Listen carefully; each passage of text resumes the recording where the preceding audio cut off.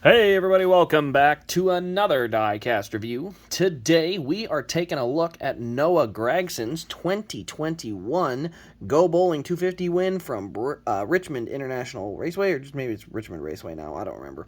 But yes, this is kind of it's a review. We'll get into it. We'll talk about all the goods and the bads. But we'll start with our Race Win box, and we'll kind of move on from there. So here's the box. We got the Xfinity Series. We got the Race Win Raced Version logo at the bottom, along with the red winner sticker. Go over here. You can see we got a production number of 612 for the standard finish, and 2021 over there. So there's a render of the car from the front, and 2021 race winner. So that is our box art on this car here. Now we're going to go ahead and take a look at the Race Win card. You can see we got the Go Bowling 250 winner, Richmond, Virginia, September 11th, September 11th, huh? Apparently that must have been the day before the night race, because I think they both ran on that day. Must have been a rain out. Time of the race, 2 hours and 14 minutes, 57 seconds. Started third on the day, 250 laps. Number of cautions, 9 for 58 laps. He led the final 22 laps on a late race restart after snagging the lead to win his second race in a row after getting Darlington. So we had a long stretch between Bristol and Darlington between his two wins there. But then he was able to rattle off 2 in a row and then another third one at Martinsville. So, but yeah, let's go ahead and take a look at the car here. I got some complaints. I got some good things. We'll go through all of it. But as you can see on the left side, the very first thing, you can see the nose. We got some rubber buildup there on the front. We got the Goodyear Eagles a little chewed up. Richmond is known for that. As you go down the rest of the left side, you got Xfinity Series, our number 9 there, Noah Gragson, and the one winner sticker up there still. And then as you move back, you see we got Black Rifle Coffee Company, True Timber Camo. And you can see we do have some buildup and marks around this left rear, but you can see there is no tire. So he did burn the rear tires off of this car. I mean, totally shredded both of them. Unfortunately, they just decided to send the car out with no rear tires, which you can see the shape of the rim doesn't look very good because it's, not shaped like a rim, so that way it sits on the tires right. Personally, I would have really liked to just get 2 blank, chewed up tires to have on the back. It doesn't sit right. It sits on these plastic, rims. Not a huge fan of that. I get it, I do, but please, that's the thing I would say for Lionel. Please send tires with these, even if they're blank. I don't care if they have to flip them over and have no Goodyear Eagle, because they're all burned up and chewed out. But 2 burned out, chewed out tires, whatever. Give us something on here to let the car sit up right.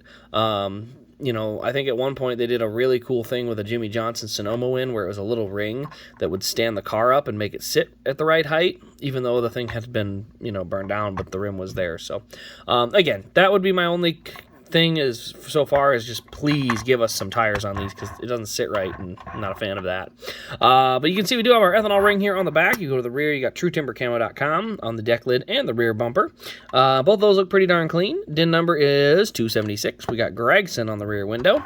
Going up to the roof, you can see we got our number 9. A little bit of buildup on the front. You can see you got Gragson and the Xfinity banner on the windshield there.